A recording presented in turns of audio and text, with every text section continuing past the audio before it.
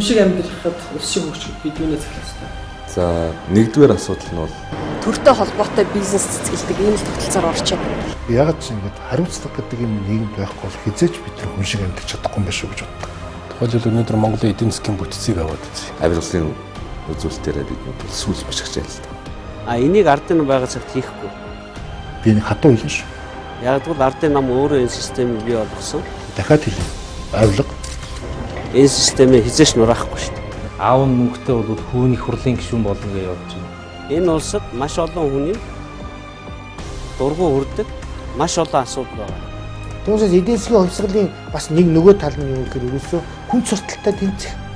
Өөрийнхөө ирээдүйг тодорхойлсон ийм хөгжлийг л өнөөдөр авчрах уу гэдэг. Яг энэ салаа зам дээр ирсэн байна.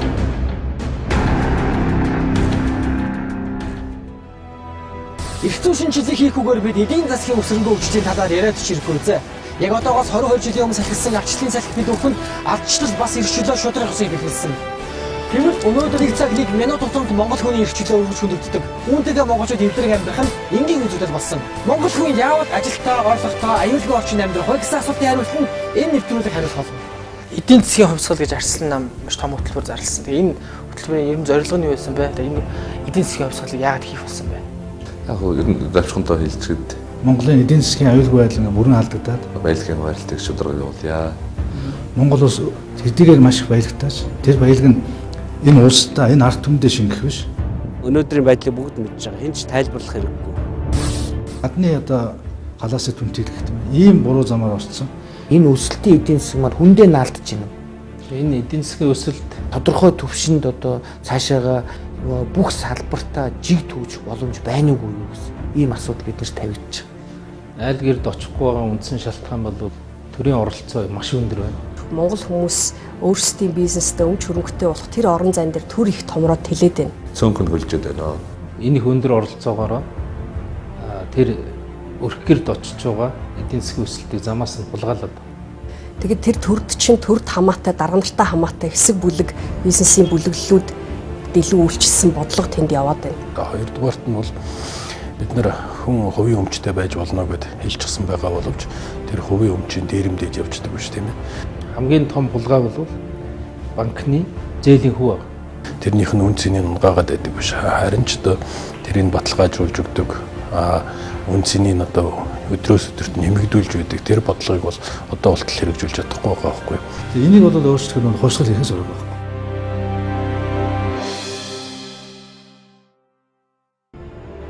Гарсан намайг яг өөрийнх нь бас нэг амин чухал зүйл бол эдийн засгийн хувьсгалыг хийх тул энэ нийгэмд шударга эсрэг тогтоох гэдэг асуулт маш чухал байна. Авилгал байгаад байвал энэ улсаар хөгжихгүй. Хамгийн энгийн гаргалгаа. Төрд ажиллаж байгаа дарга нь хуульж очивол нүдэн дээр нь байж байгаа хар чинь энэ ард түмэн чинь төрдөө итгэхгүй болж ирж байна. Тэгээ өнөөдрийн байгаа байдал өөр чин таалагдж байгаа бол ардын намыг сонгож болно. Одоо байгаа байдал бол нэг ноён одоо барлаг хоёр чиг харьцаад байна шин. Би зөвшөөрлөг чинь өгнө. Өгтөө хугацаатай өгнө. Сунгахтаа авилгал авна. Ийм баталгаагүй. Иргэдийнхээ төлсөн татвараар төр нь хийх ёстой ажлаа хийдэг, иргэдтэй чөлөөтэй үйлчлдэг. Ийм л тогтолцоог бий болгоё. Ийм үзэл баримтлал дээр суурилж эдийн засгаа хөгжүүлэх гэсэн санаа явж байна. Өнөөдөр монголчуудад тэнгэр багтсан өндөр байртах дэлхийд гайхах том хөшөө өдөр болгон сансарт нисдэг баян тансаг амьдрал бидний түүхийн төсөл биш. Харин хүмүүр ажилтаа, орлоготой, эрүүл аюулгүй орчинд амьдрах нь монгол хүн бүрийн хүсэл мөрөөдөл болсон. Мэдээж хэрэг эдийн засгийн бол эцээчд бол хүн дээр очиж өглөн тийм ээ. Гарцаагүй хөрөнгө оруулалт хийгээд гарцаагүй хождог ганцхан салбар байна л гэж би бодод байгаа. Энэ бол боловсролын салбар. Залуучууд анзаардаг бол яг залуучуудад зориулсан бодлого хаана байна гэхээр залуучууд маань дундч давхарг нь олон байхгүй нөгөө олонход маш олноороо байгаа. Тэгэхээр тэднэрт зориулагдсан бодлого гэж байхгүй байна гэдэг бол тэр Монголын нүүр царай болж байгаа, Монголыг тодорхойлж байгаа тэр дундаж хэсэг бол хэсэг рүү хандсан төрийн бодлого алга байна. Дундаж орлоготой хүмүүс нь олон болсон. Нөгөө ярьдаг чинээл гэрэгний нийгмийг байгуулъя гэдэг ийм асуудал байна. Яг ингээд харахаар нөгөө монгол хүнээ ажилтай болгоё, орлоготой болгоё, өмчтэй болгоё. Хувийн сектор тийм ээ, хувийн бизнес эрхэлж байгаа хүмүүсийг дэмжиж бизнесийн томруулах, энэ хүмүүсийг одоо зээлээр дэмжиж, улам одоо ашиг орлогоо арвижуулах нь тусалцаа үзүүлээ. Хувийн компаниуд ажлын байр нэмэгдүүлэхэд нь дэмжлэг үзүүлээ. Татвараас чөлөөлье тийм ээ. Ийм бодлого бол ерөөсөй байхгүй байгаа. Гэтэр улсын хэмжээгээр 66 мянга гаруй аж ахуй нэгж байгаа юм. Тэгвэл энэ 66 мянган аж ахуй нэгжийг одоо босгож ирэх цаг болсон. Тэгэхээр эдний одоо төлдөг 1.5 тэрбум төгрөг хүртэр одоо жилд одоо ийм орлого үйлдвэрлэл явуулдаг аж ахуй нэгжээс 10% татвар авж байгаагаа буцаагаад 9% буцааж олгоё гэж. Тэгжээж энэ нөгөө Монголын аж ахуй нэгжүүд жижиг дунд хэлбэрээр маш тайхан босч ирэх хэрэгтэй байна. Тэгэхээр хамгийн түрүүн хийх ажил бол төрн үүргээ хүлээх хэрэгтэй. Засгийн газар дундаж Монгол иргэнийхээ үзүүлэлтийг нэмэгдүүлдэг өөрийн үүрэгтэй байх хэрэгтэй. Монгол хүн өөртөө эзэн байгаа цагт монголчууд бид эх орондоо эзэн байж чадна. Төрн үүрэг хүлээж төмөн олондоо үйлчилдэг болсон цагт хариуцлага бий болно.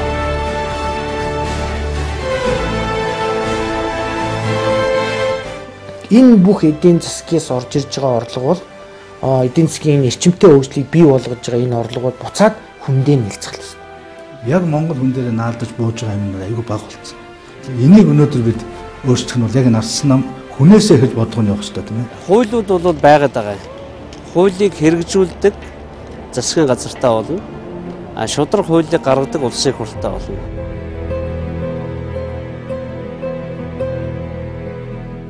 Та атсан Монгол улсын эрх чөлөөт иргэнэ. Харин та эдийн засгийн эрх чөлөөг эзэж чадж байна уу?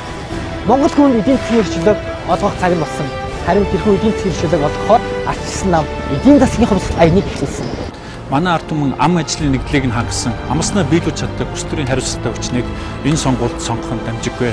Ардчилсан нам 2004 онд Улсын хурлын сонгуульд оролцсон. Нийгмийн бодлогын хамгийн шудраг бодлого болох хүүхдийн мөнгийг амлаж энэ сонгуульд оролцсон. Бид нар хүүхдийнхээ мөнгийг өгч чадсан. 2008 онд Монгол хүн болооныг эх орныхоо байгалийн баялагын эзэн болох Эрдэнийн хувьд бид бүхэн амласан. Бид нар энэ амлалтыгаа бас биелүүлж чадсан. 2012 оны сонгуульд бид бүхэн эдийн засгийн өсөлтөйгөө айд өрх болон Монгол хүн болгоныхаа амьдралд оруулах амлалтыг авч байгаа. Бид нар авилгад хэл давхуултаа тэмцэх энэ амлалтад авчиж байгаа. Нийгэм шудраг ёс тогтоох, шудраг ёсыг хэм хэмжээ болгох энэ амлалтаа бид нар хэрэгжүүлж чаднаа. Би бол хуульч. Хуулиар хэрэгжүүлдэг төртэй байхыг би хүсдэг. Би бол эмч. Эрүүл аюулгүй орчинд энх тун амьдрахыг би хүсдэг. Би бол мөрөөдөгч. Эх орноо Азийн шилдэг улсын нэг болж чадна гэдэгт би итгэдэг.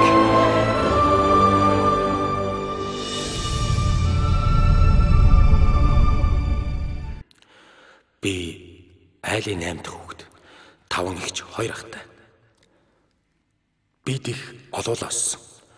Хүүхэд насны минь хүмүүжил хүн шанараа шигшигдэж, аавынхаа өгсөн чихрийг ах нартайгаа хувааж иддэг.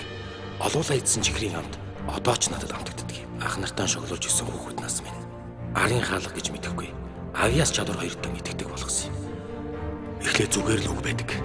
Надад мөрөөдөл бий. Энэ зүгээр л үг байсан. Гэхдээ энэ үг олон хүний мөрөөдөл байсан учраас олон зуун жилийн боловсролоос өнгөт дарснуудыг чөлөөлж өнөөдөр тэдний нэг нь ерөнхийлөгч болсон байна. Би Монгол хүний саруул ухаанд итгэдэг. Энэ бас зүгээр л үг байсан. Саруул ухаантай Монгол хүмүүс олуулаа байсан учраас бид өөрчлөлтийг хүний амиар биш хүсэл зоригоор байгуулсан юм. Намайг зүгээр л нэг үг хэлж байна гэж битгий бод. Эрх чөлөөт нийгмээр энэ хിവэр нь хадгалахын тулд хар 7 сарын 1-нийг харахыг хүсээгүй учраас 19 жилийн дараа бид ардчилсан ерөнхийлөгчөө олуулаа сонгосон юм. Үнэт зүйлсээ хамгаалахыг хүн бүхэн хүссэн учраас үндсэн хуулиа бид бас олуулаа баталсан юм. Намайг зүгээр л нэг үг хэлж байна гэж битгий бод. Элэгнэх тах дүүс минь их дэлхийгээр нэг тарсаж энэ газар шороон дээр бид олуулаа үлдсэн учраас эрх чөлөөт тусгаар тогтсон Монгол улс оршиж байна. Гадаг шахарсан Монгол залуус ганцаардаж зовж ханаад хүслэн болсон нутагтаа ирж хүн шиг амьдрахыг хүсэж байна. Олуулаа мөртлөө цөөхүүл юм шиг байж ханлаа. Одоо боллоо. Хуучин цагийг халж, хувьсгал хийснээр санаж, шудраг нийгмийн төлөө бид олуулаа ялгая. Унаж болсон жилүүд эвийн хүч ийн ухаанаар зангидагдлаа. Ургах наран мандаж ардчилсан засаг олуулаа ялгая. Намайг зүгээр л нэг үг хэлж байна гэж битгий бол. Хамаг Монголын сонголт нэгэн байхыг мэдэж байна. Хамгийн гол нь бид олуулаа